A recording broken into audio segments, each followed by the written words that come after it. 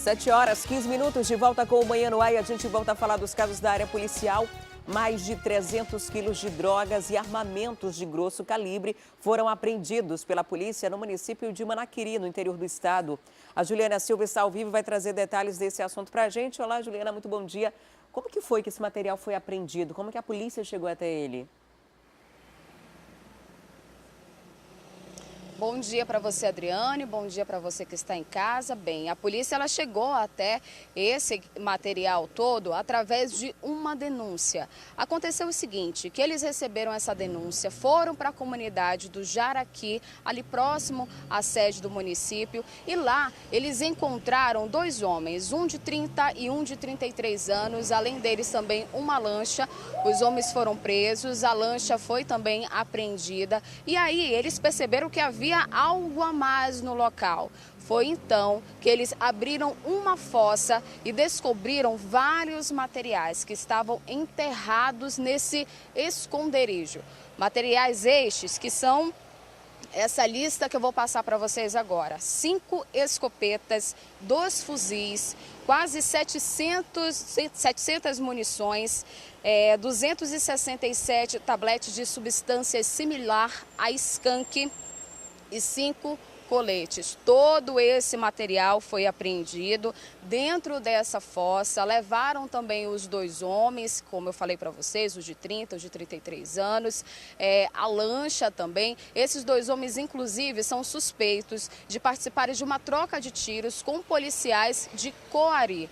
Todos eles foram encaminhados ao 33º DIP, onde vão ser tomados aí os procedimentos cabíveis, e logo mais a Polícia Militar também vai dar uma coletiva de imprensa para explicar melhor esse caso, Adriane. E olha, com essa quantidade de droga e com esse armamento pesado, eles não estavam ali para brincadeira, não. O negócio era sério, ainda bem que a polícia conseguiu chegar até eles, prender e também apreender todo esse material. Mas esse não é o único caso de tráfico de drogas registrado, né? É verdade, Adriane. Também foi presa uma jovem que saiu daqui de Manaus com rumo a São Paulo. Em uma conexão em Brasília, a Polícia Federal suspeitou de algumas atitudes dessa moça de 22 anos e aí fizeram com que ela passasse pelo raio-x, onde eles detectaram skunk na mala dela. Foram aproximadamente 4 quilos aí ou mais de skunk que eles prenderam. Mas o que também intriga a polícia e a população é que essa não foi a primeira vez que a jovem foi presa. Em janeiro desse ano, segundo a Polícia Federal, ela também foi presa pelo mesmo crime, mas liberada depois de 6 horas da audiência de custódia. Essa jovem vai responder pelos crimes de tráfico de drogas, falsificação de documento público e uso de documento falso. Adriane.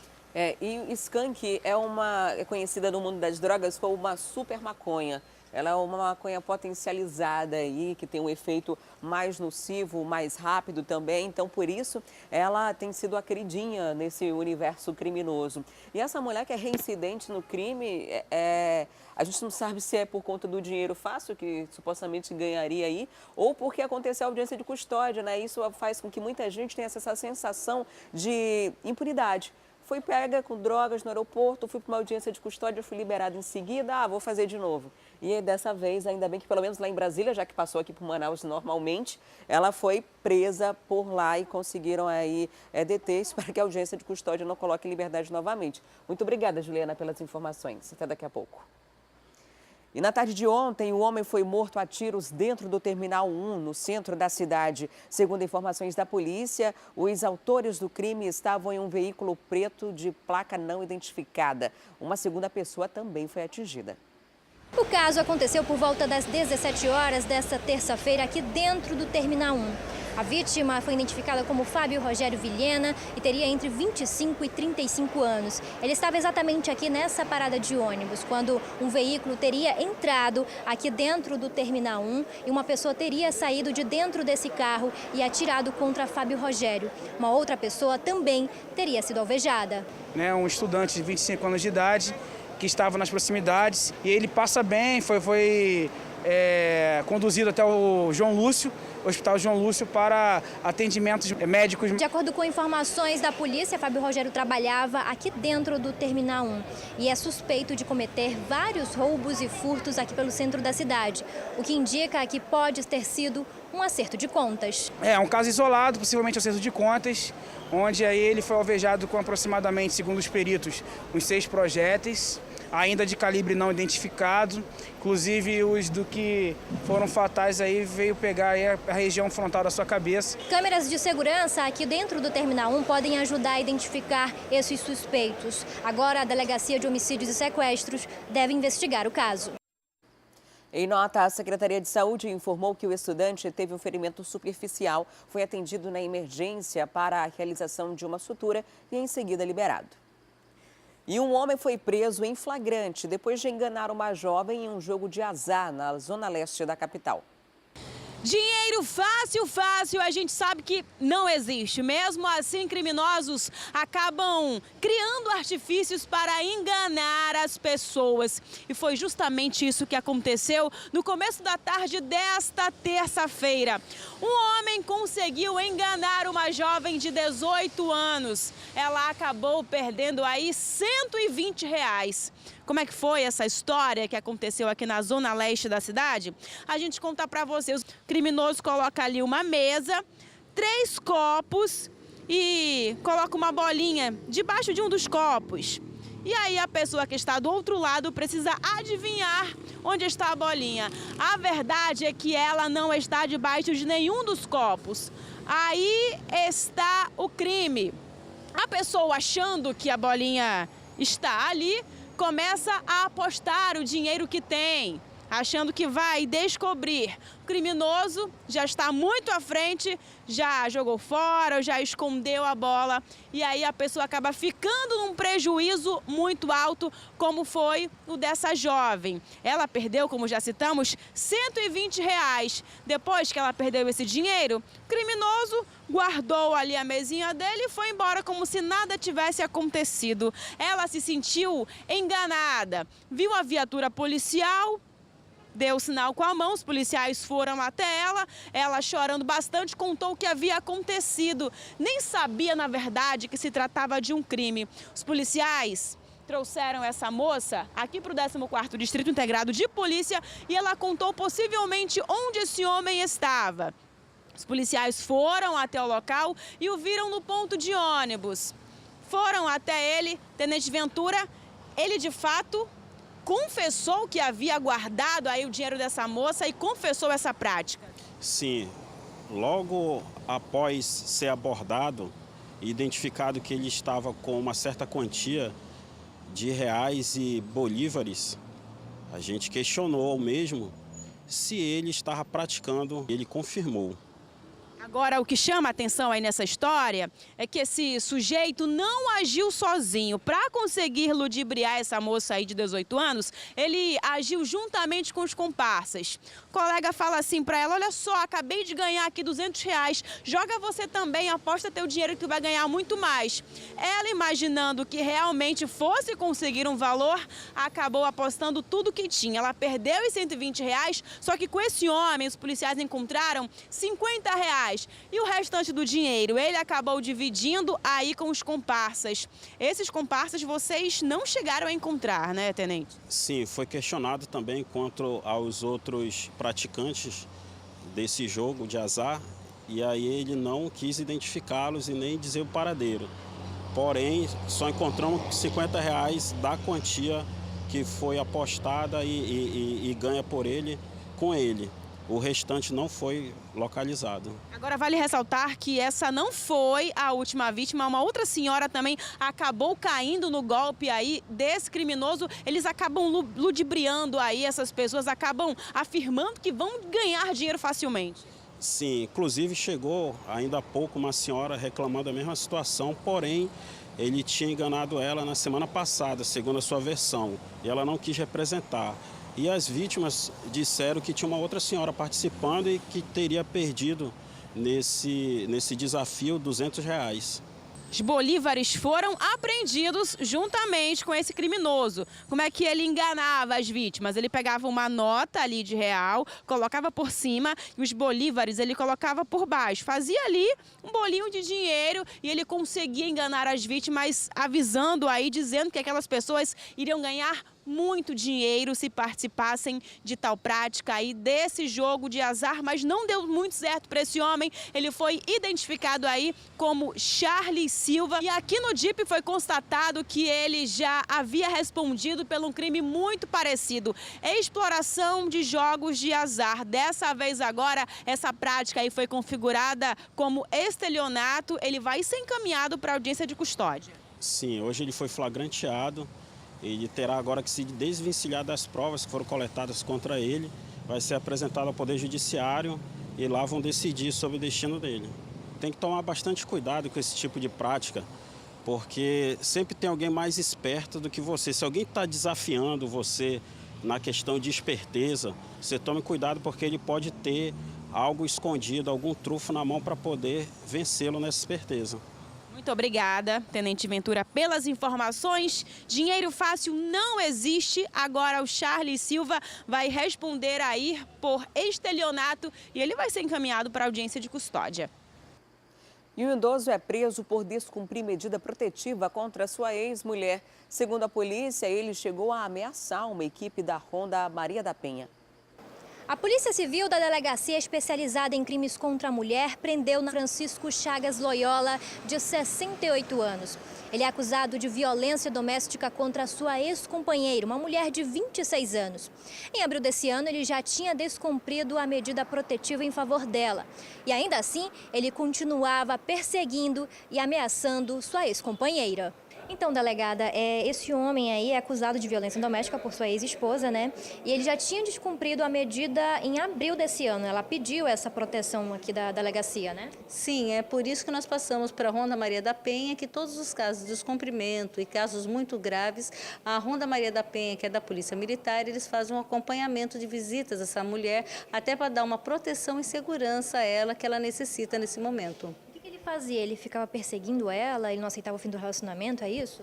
É isso mesmo, ele ameaça de todas as sortes, né, de todo tipo, principalmente de matar a bala, né, principalmente porque ele já foi preso por 2 vezes com arma de fogo. Então ela sabe que essa ameaça é real e ele fica perturbando a tranquilidade com telefonemas e também perseguições. Então ela não aguenta mais, já é o 4º registro de violência doméstica, sendo que o primeiro ele foi preso por porte de arma e violência contra ela por ameaça e depois disso ele não parou as ameaças até o dia de hoje, que foi novamente preso em flagrante. São 30 boletins de ocorrência, né? Então a gente vê que ele é um agente perigoso, um agente que não mede as consequências. Inclusive, hoje ele ameaçou a guarnição da polícia da Ronda Maria da Penha e ele já tinha feito isso também com outra guarnição de polícia militar da 8ª SICOM. Ele já chegou a ameaçá-los também.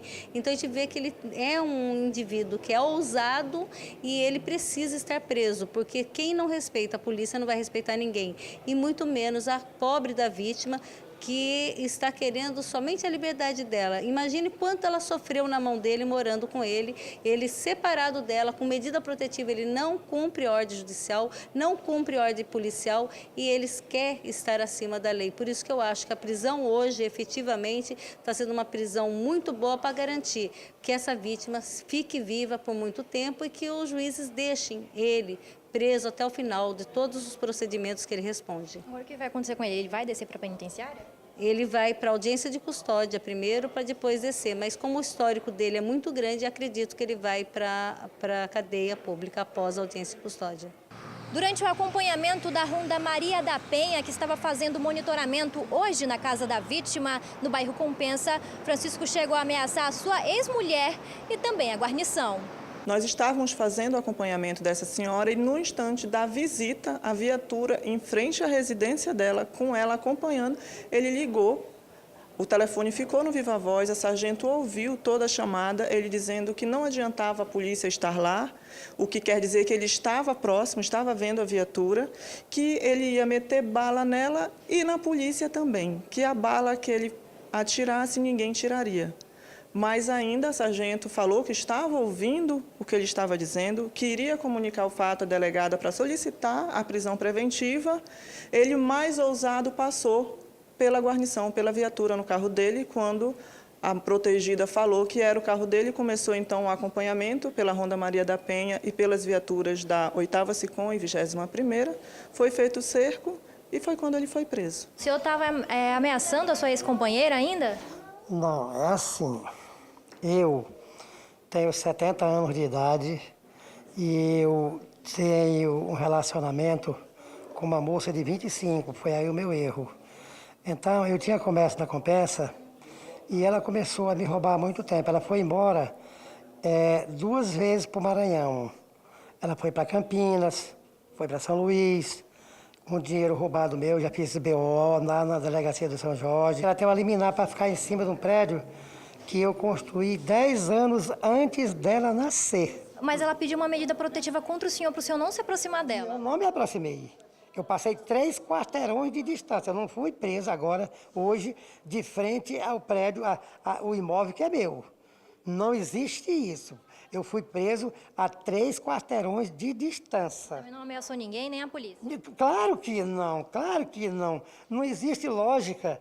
Eu repito, um cidadão com 70 anos de idade querer ameaçar policiais que estão com 6 viaturas.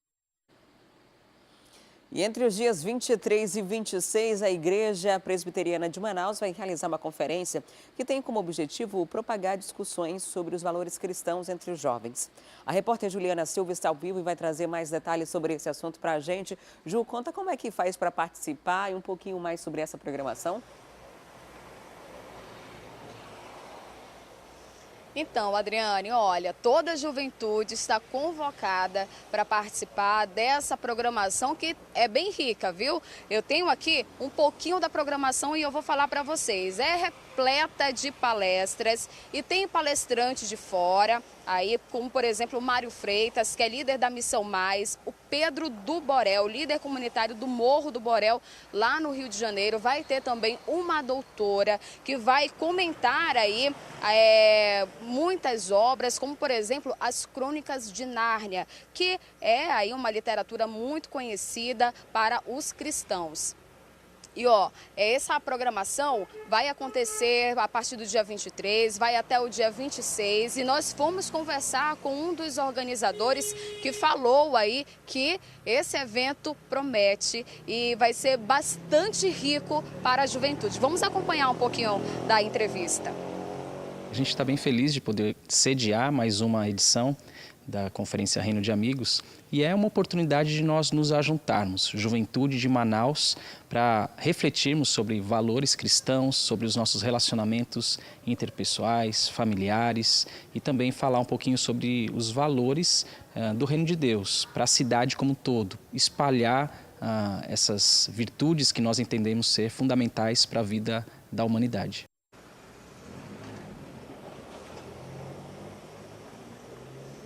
Viu aí como é que vai ser bastante, aí é convidativa, todas essas palestras, todo esse evento. Se você quiser participar ou inscrever alguém, chama aí a juventude para participar, né? Você pode entrar no site reinodeamigos.org e fazer a inscrição, que está sendo cobrada apenas uma taxa de R$20. E aí o evento vai acontecer lá no Espaço Pedras Vivas, localizado na Avenida Pedro Teixeira, no bairro Dom Pedro. Então não perde, a partir do dia 23 até o dia 26 vai acontecer a Conferência Reino de Amigos, organizada pela Igreja Presbiteriana de Manaus. Adriane. Tá certo, Juliana, muito obrigada pelas informações.